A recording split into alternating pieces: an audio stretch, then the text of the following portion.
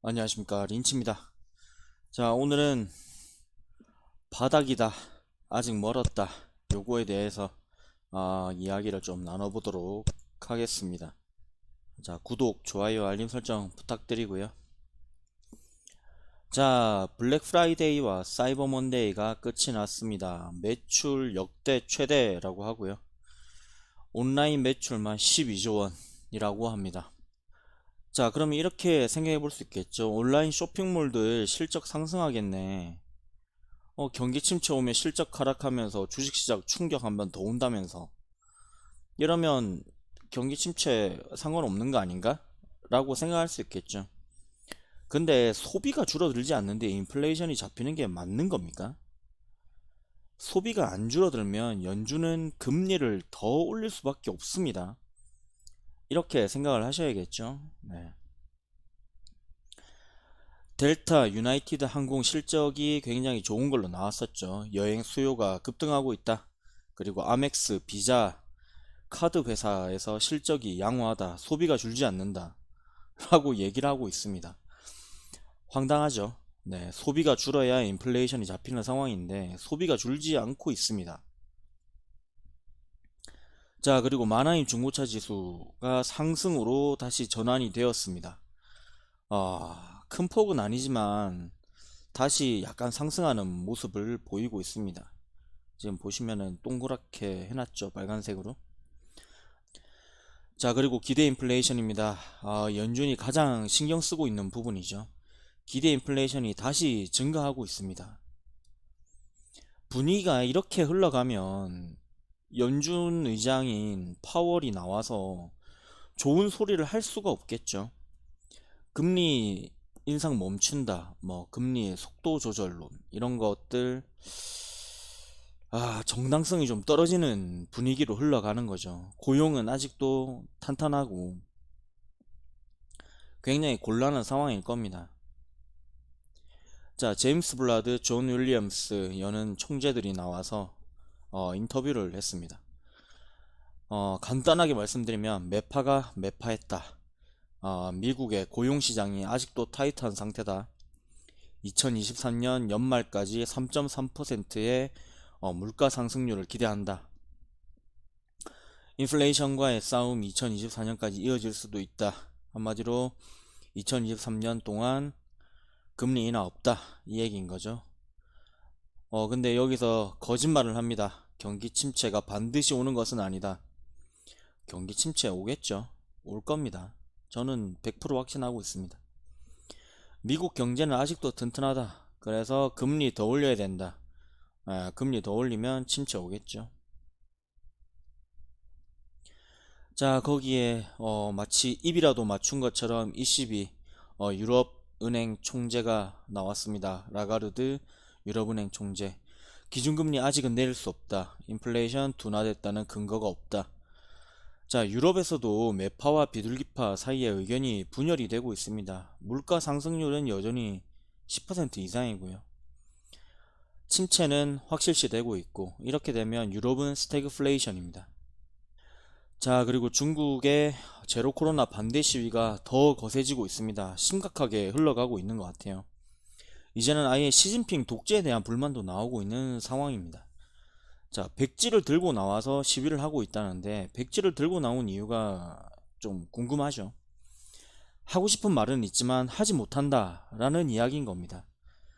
시진핑에게 반기를 들고 지금 시진핑 하야하라 이렇게 시위를 하고 있는 상황입니다. 자, 그런데 제로 코로나 봉쇄 정책 포기할 수 있느냐? 지금 확진자가 이렇게나 증가하고 있습니다. 이게 제로 코로나를 폐기할 수 있을까 의구심이 들죠.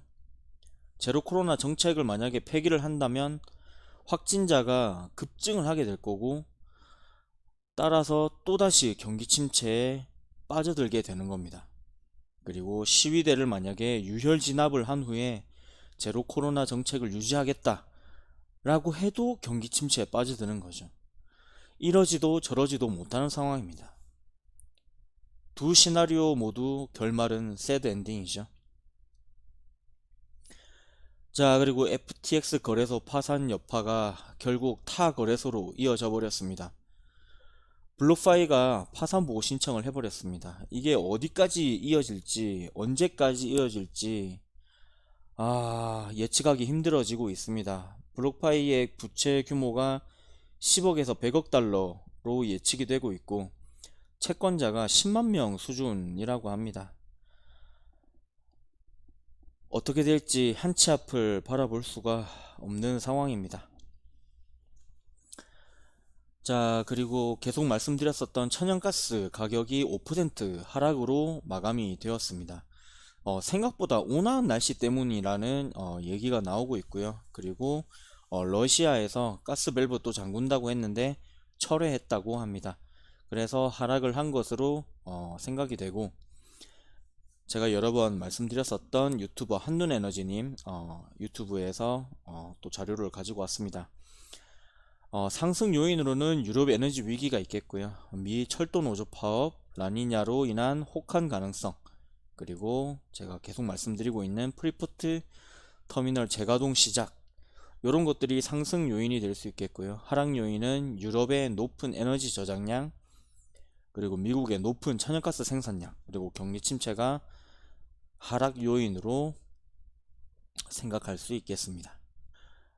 자, 그리고 오펙 플러스 추가 감산 소식이 있습니다. 압둘 아지즈 빈 살만 사우디아라비아 에너지부 장관은 오펙 플러스가 공급과 수요의 균형을 맞추기 위해 필요한 경우 추가 감산 조치를 진행할 수도 있다 라고 발언을 했습니다.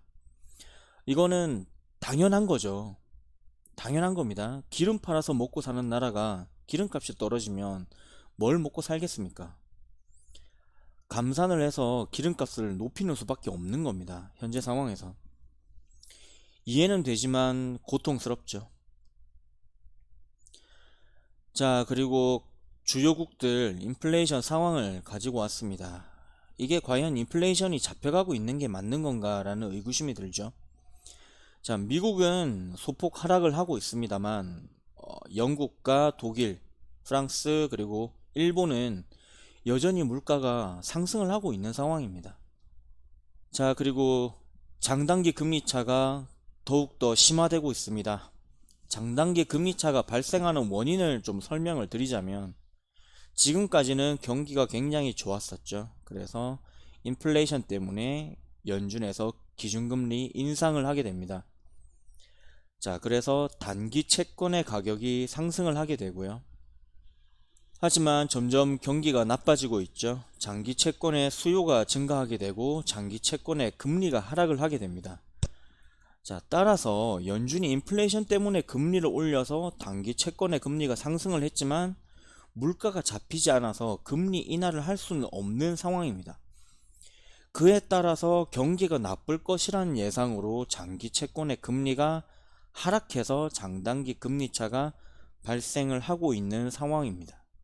말씀드렸다시피 3개월물, 10년물 장단기 금리차가 최악의 상황으로 치닫고 있습니다.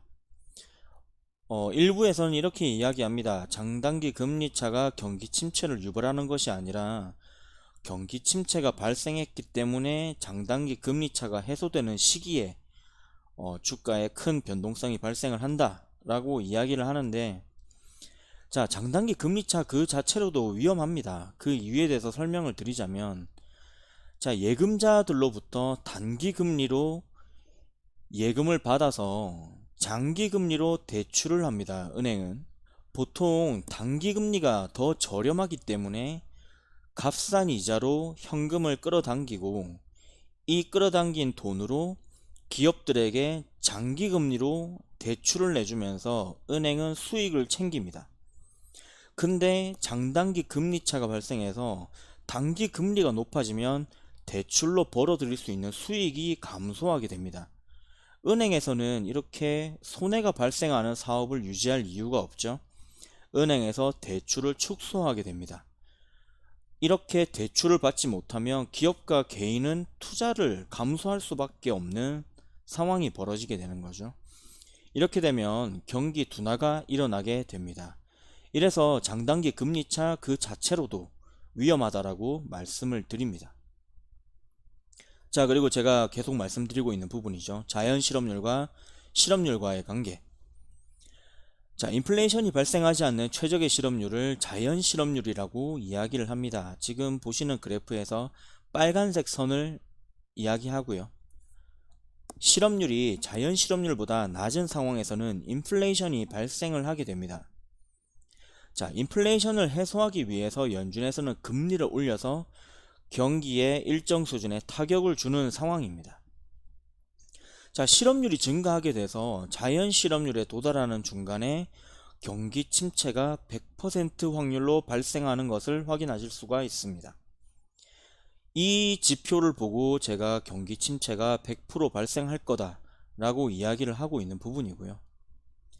자, 연준은 공공연하게 목표 실업률이 4.4%라고 이야기하는 상황에서 연착륙 이야기를 한다는 것은 애초에 공황 상태를 막기 위한 선의의 거짓말이라고 생각을 합니다, 저는. 그리고 오늘 윌리엄스 뉴욕 연은 총재가 나와서 2023년 말에 4.4%에서 5%의 실업률에 도달하게 될 것이다 라고 이야기를 했습니다. 자, 이런 걸 보면 경기 침체를 피할 수 없다라는 거죠.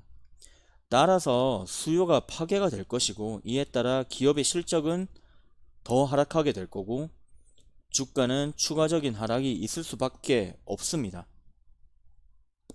자, 그리고 지금 보시면 지금까지 미국 주식의 역사상 경기 침체가 오기 전에 주가의 바닥이 나온 적은 단 한 번도 없었습니다.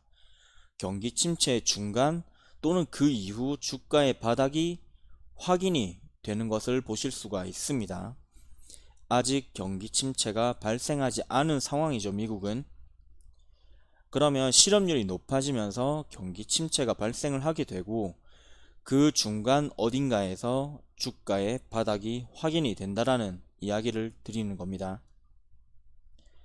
지금 이런 것들을 보았을 때 안일하게 시장을 바라보시면 안 된다라고 계속 말씀을 드리고 있습니다.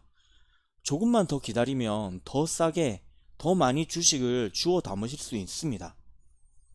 그리고 안전하게 수익을 낼 수 있는 장기 국채 투자라는 투자 대안이 있습니다. 저는 아직 늦지 않았다라고 생각을 합니다. 저는 TMF에 투자를 하고 있고요. 만약 한국에 계신 분들이라면 한국 장기 채권에 투자하면 되겠죠. 한국에 계신 분들은 한국 장기 채권에 투자를 하라고 추천을 드리는 이유는 환율 때문입니다. 여러분들이 달러로 환전해서 투자를 하게 되신다면 다시 나중에 달러가 하락한 이후에 다시 환전을 해서 원화로 바꾸신다면 환차손이 발생할 수밖에 없습니다. 따라서 한국 장기 채권 투자를 추천을 드리는 겁니다. 자, 오늘 말씀드릴 내용은 여기까지고요. 더 좋은 내용으로 또 찾아뵙도록 하겠습니다. 감사합니다.